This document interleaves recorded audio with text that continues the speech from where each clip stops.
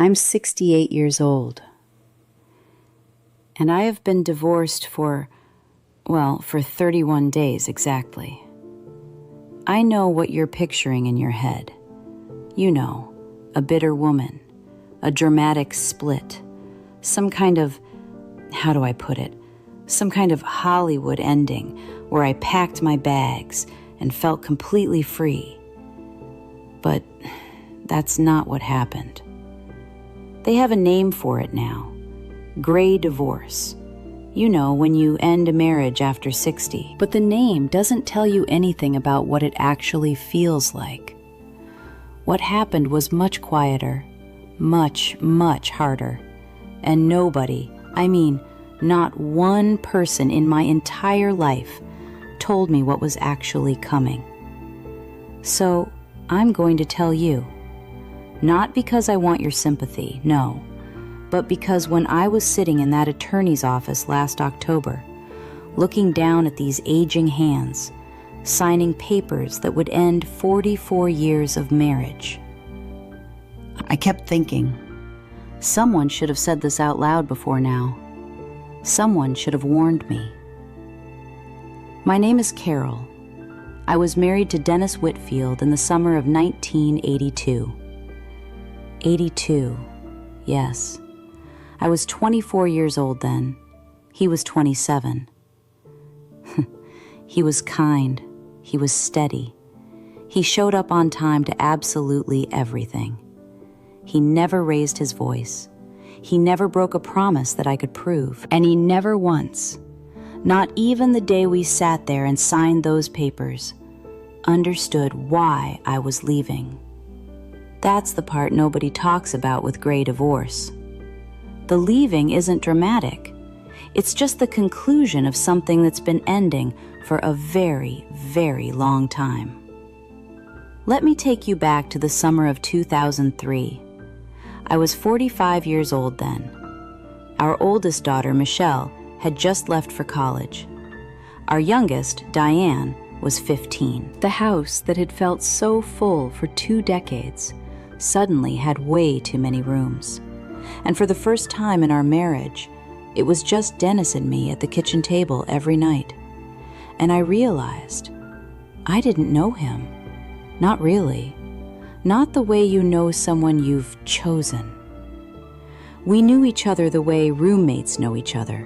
You know, routines, restaurant preferences, complaints about the traffic. But I couldn't have told you what he was afraid of. I couldn't have told you what he was proud of. And the honest truth, the one I had been very, very carefully not saying for years, was that I wasn't sure I was happy either. I told myself that was normal. Every long marriage had stretches like this. Dry seasons. Yes, that's what I called it. It'll get better, I thought. We'll rediscover each other. So I waited. In 2011, at a dinner party, I looked at Dennis across the table and asked him, "Are you happy?" He looked back at me and said, "Why would you ask that?" I changed the subject, and I didn't ask again for 12 years. Then, in 2017, a friend of mine left her husband. I told her she was the bravest woman I'd ever met. I drove home and cried in the bathroom for an hour because I knew it wasn't her I was crying for. You see, Dennis was not a bad man. He didn't drink. He didn't hit me. He didn't disappear. He went to work. He came home. He paid the bills. He was, by every definition the world accepts, a good husband. And that, honestly, that was the hardest part. Because if he had been cruel, the decision would have been simple. But he wasn't cruel. He was just absent. There's no brochure for leaving a man who is perfectly decent and completely unreachable. Good is not the same as present, and loyal. Loyal is not the same as seen. 23 years. That's how long I felt invisible before I finally used that word out loud.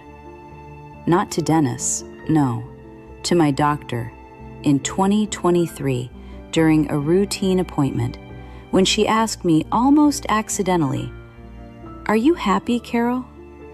And I said, yes, like I had been saying yes my entire adult life. But these hands, my hands, were shaking, and she noticed. She looked at me and said, "You don't have to answer that the way you've been answering it." I drove home that day. I sat in my car in the driveway for 45 minutes. The house was right there. Dennis was right inside, and I just couldn't make myself go in. That was the beginning. I need to tell you about the birthday card. In February of 2023, I turned 65. Dennis gave me a card, flowers on the front, celebrating you in gold letters. Inside, he had written exactly 2 words, "Happy Birthday," and then his name. Just his name, Dennis. No love, no yours, no always, just Dennis. Like I was a colleague. Like 43 years of a life together had been compressed into a signature on a stock photo card. I put it on the windowsill above the sink, and every morning for 6 months, I stood on my tired legs, washed the dishes, and looked at that card.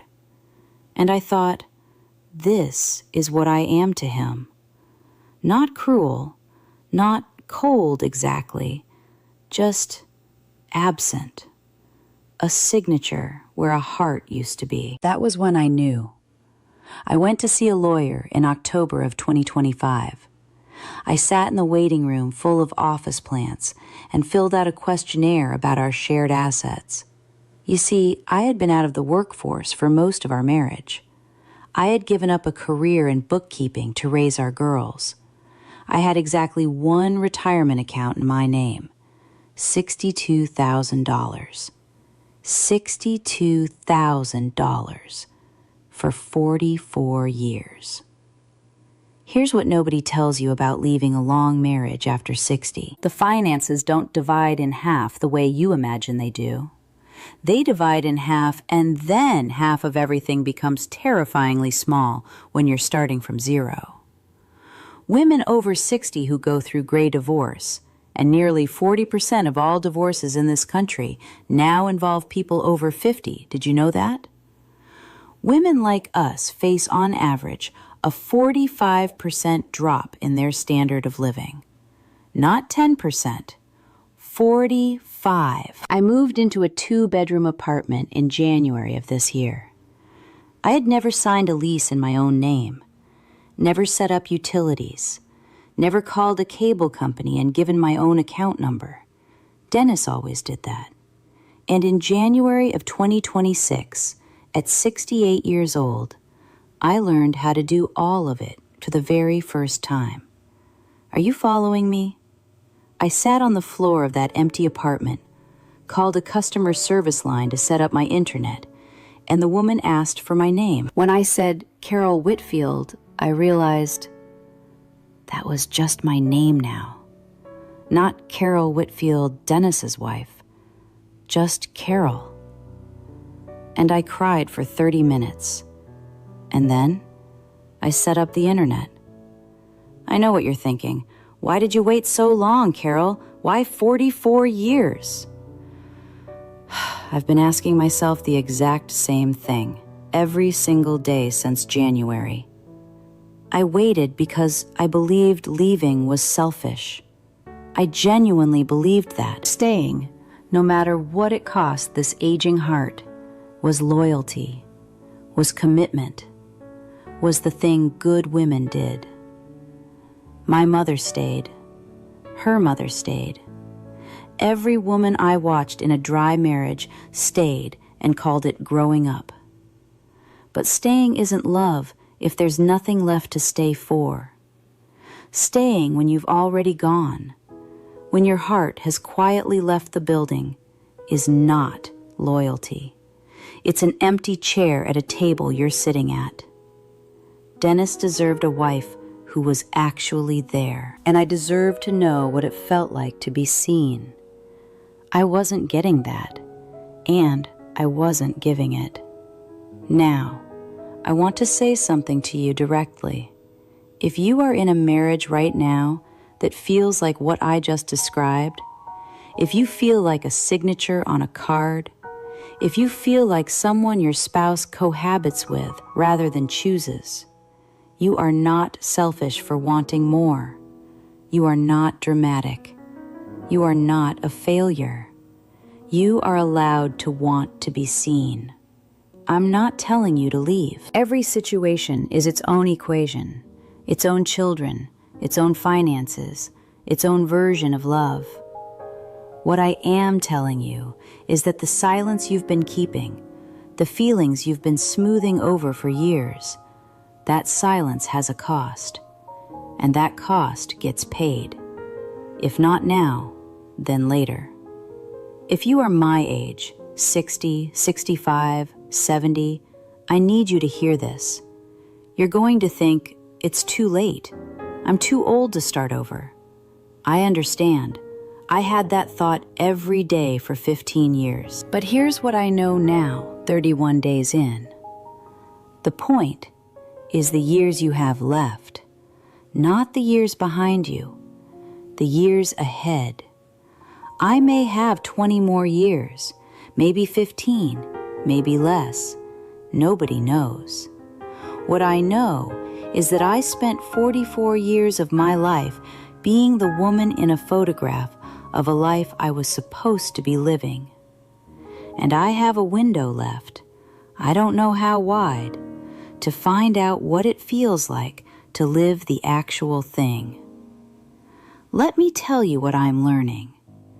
I am learning that I like mornings more than I knew, that I like my coffee stronger than Dennis preferred it, that I can watch whatever I want on television, not because I won a battle, but because there's no battle anymore.